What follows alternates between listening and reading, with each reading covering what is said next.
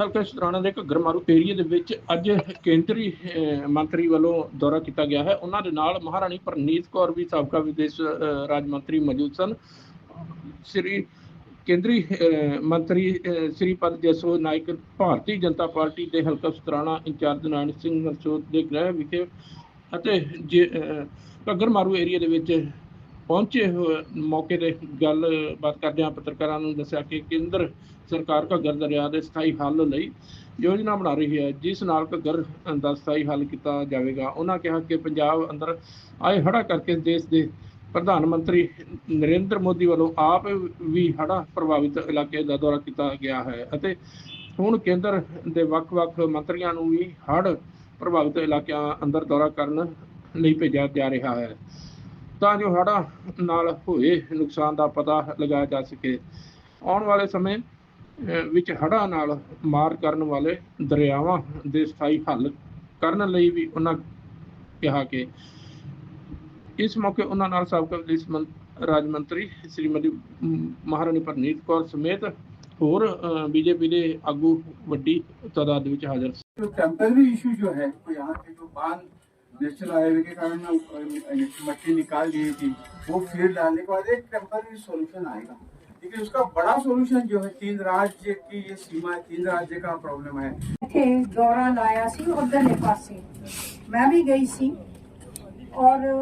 उसके बाद मैंने भी एक चिट्ठी लिखी थी कि तुसी धन्यवाद तुसी आए चलो मौके ते 1600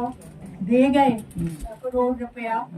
वो छोटी गल नहीं है, पर वो ये नहीं थी कि बस इत्थे ही खत्म हो जाना जिस तरह इन्होंने पॉलिटिकल इशू बनाया।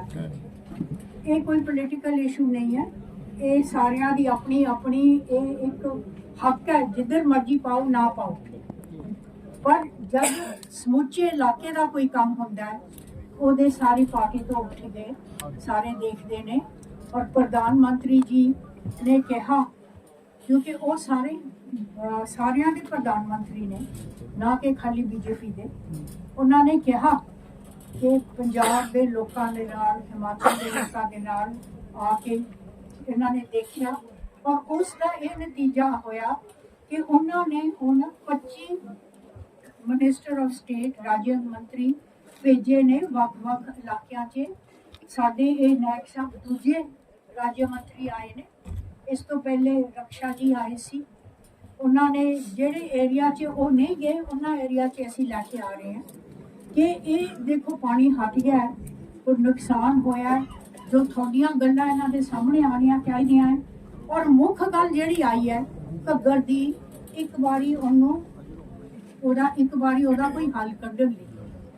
बहुत कोशिश की थी। मैं भी पहले 99 तो लगी हुई थी, उदों कोई आपस में सहमति नहीं हो रही सी, तो सेंट्रल वाटर कमीशन तो नबार्ड तो 70 उन्होंने दिनों से 70 करोड़ रुपया मंजूर करवा के मैंने, जिस तरह उदों खनौरी तो मकोड़ साहब वगैरह मेरे ही पार्लियामेंट हल्के च आंदे सी, उदों लहरा मेरे पार्लियामेंट हल्के च आंदे सी, उदों बन उच्चे कीते थे, डूंगा कीता थी बन, और जेड़ा खनौरी दे साइफन थी वो बड़े करवाए सी। सो ये जेड़ी गल है ये असी बार बार इन्हां नूं कह रहे, समझ आ गई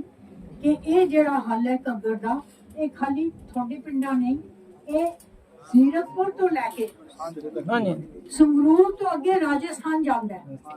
ये सारे का सारा ही हल करना पड़ेगा, क्योंकि शुरुआत उत्थों होंदी है, आंदे आंदे आंदे नाल दे विच टांग भी मिल जाती है, नाल दे विच मारकंडा मिल जाता है, इकट्ठे होके फिर ये खराब करते। सो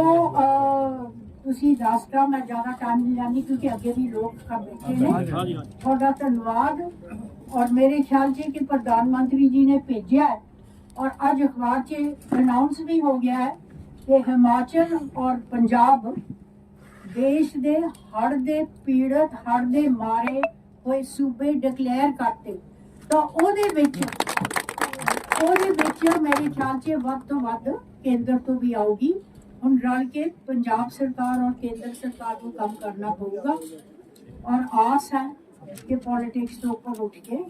सारे इकट्ठे होके लोगों की सेवा करन। ਤੁਹਾਡਾ ਸਾਰਿਆਂ ਦਾ ਧੰਨਵਾਦ। ਨਾਇਕ ਜੀ ਤੁਹਾਨੂੰ ਹੁਣ ਦੱਸਣਗੇ। ਸਰ ਇਸ ਏਰੀਆ ਦੇ ਵਿੱਚ ਕਾਫੀ ਮਾਰ ਆਈ ਆ ਘੱਗਰ ਦੀ, ਕਿਉਂਕਿ ਤੁਸੀਂ ਵੀ ਅੱਜ ਸਰਵੇ ਕਰਨ ਆਏ ਆ, ਕਿਹੜੇ ਕਿਹੜੇ ਏਰੀਆ ਦੇ ਵਿੱਚ ਕਿੰਨਾ ਕੁ ਨੁਕਸਾਨ ਹੋਇਆ ਔਰ ਕਿਸ ਤਰ੍ਹਾਂ ਦਾ ਜਿਹੜਾ ਸੈਂਟਰ ਵੱਲੋਂ ਜਿਹੜਾ ਕੋਈ ਆਪਣਾ ਖਰਾਬੇ ਦਾ ਕਿਸੇ तरह ਦਾ कोई माननीय प्रधानमंत्री नरेंद्र भाई मोदी जी ने सभी मंत्रियों को आज जो पंजाब में कई गांवों में जो पूरग्रस्त परिस्थिति आई है उसका जायज़ा लेने के लिए हर मंत्री को बोला है। गए 8-10 दिन से पहले इसके बाद भी मंत्री यहाँ आएंगे, यहाँ का जायज़ा लोगों की समस्याएं जो है सो पूछेंगे, उनको मिलेंगे और उस समस्या का निदान करने के लिए उसको छुटकारा पाने के लिए जो जो कुछ मदद चाहिए वो केंद्र सरकार देने के लिए प्रयास कर रहे हैं। सरकार केंद्र सरकार की मदद यहाँ तक पहुँची हुई है। हमारे जो राज्य सरकार भी है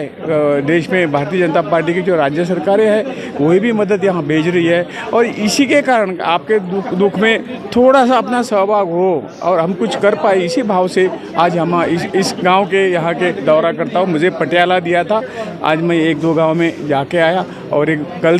तक यहाँ रहूँगा और यहाँ की समस्या है उनके सामने रख के वो सुलझाने का प्रयास करूँ। ਸਰ ਕਈ ਥਾਵਾਂ ਤੇ ਜਿਹੜੇ ਕਿ ਬਾਰਿਸ਼ ਦੇ ਨਾਲ ਮਕਾਨ ਵੀ ਟੁੱਟਿਆ ਕਿਉਂਕਿ ਉਹਨਾਂ ਤੱਕ ਪਹੁੰਚਦਾ ਨਹੀਂ ਜਿਹੜਾ ਸੈਂਟਰ ਦਾ ਪੈਸਾ नहीं पहुंचता। नहीं ये कई नॉर्म्स होते हैं। सेंटर कभी किसी का पैसा रुकवा के रखता नहीं है क्योंकि जो सेंटर की स्कीम है वो हमारे तक नहीं पहुंचती है। एग्जैक्टली वही तो ये अभी पैसा दे दिया, जब तक उसका यूटिलाइजेशन सर्टिफिकेट केंद्र को नहीं मिलता तब तक अगला इंस्टॉलमेंट प्रधानमंत्री के पास नहीं आता है, वो तो मंत्रालय के पास पैसा होता है। जो प्रक्रिया वो करनी है, प्रक्रिया पूरी करनी है तभी वो पैसा आता है। मेरे ख्याल से सरकार वो रोक के नहीं रखता है, तो कोई फॉर्मेलिटी जो है राज्य सरकार ने कर दी है, यूसी भेजनी है तभी तो अगला इंस्टॉलमेंट किस्त आएगी ना। ये इससे कोई रुका हुआ होगा और मैं भी वो जल्दी से, अभी जो स्थिति तो थोड़ी खराब है इसके लिए उसमें कुछ छूट देने को मिले तो हम वो प्रयास करके वो भेज देंगे। भारतीय जनता पार्टी केंद्रीय मंत्री आए सी रक्षा जी और उन्होंने सामने भी यही जेड़ा साडा मेन मुद्दा है ਇੱਥੇ ਘੱਗਰ ਦੇ ਮਾਰਦਾ, ਟਾਂਗਰੀ ਔਰ ਮਾਰਕੰਡੇ ਦੇ ਮਾਰਦਾ ਹੈ ਔਰ ਨਾਲ ਜਿਹੜੀ ਹਾਂਸੀ ਬਟਾਣਾ ਕਨਾਲ ਹੈ, ਇਹ ਸਾਰੇ ਮੁੱਦੇ ਚੱਕੇ ਥੀ। ਹਾਂਸੀ ਬਟਾਣਾ ਕਨਾਲ ਦੇ ਬੰਦਿਆਂ ਨੂੰ ਮੈਂ ਨਾਲ ਲੈ ਕੇ ਗਈ ਥੀ, ਹਰਿਆਣਾ ਦੇ ਮੁੱਖ ਮੰਤਰੀ ਨੂੰ ਮਿਲੇ, ਉਹਨਾਂ ਨੇ ਤੁਰੰਤ ਐਕਸ਼ਨ ਸ਼ੁਰੂ ਕਰਤਾ। ਬਲਕਿ ਜਿਸ ਦਿਨ ਕੇਂਦਰੀ ਮੰਤਰੀ ਆਏ ਸੀ ਔਰ ਮੈਂ ਅਸੀਂ ਧਰਮਹੇੜੀ ਗਏ, ਉੱਥੋਂ ਉਹ ਧਰਨਾ ਵੀ ਚੁਕਾਇਆ ਔਰ ਜਿਹੜਾ ਘੱਗਰ ਦਾ ਹੈ ਇਹ सेंट्रल वाटर कमीशन करूगी क्योंकि 3-4 स्टेटां दा इकट्ठा होके मसला ठीक होगा। पहले तो ये चलता आया पर हुण आस है कि प्रधानमंत्री जी आप जड़ा इहदे विच तवज्जो देन और ये साडा मसला एक बारी हल होए कि बार बार ना बाढ़ आ। देखो पंजाब सरकार जो मर्जी बोले तुरंत आंदिया सार उन्होंने दिता है। बाकी ये मंत्री तां भेजे हैं कि रिपोर्ट आए और जेड़ी जेड़ी चीज की लोड़ हो जो सेंटर कर सकूगा वो प्रधानमंत्री जी करनगे।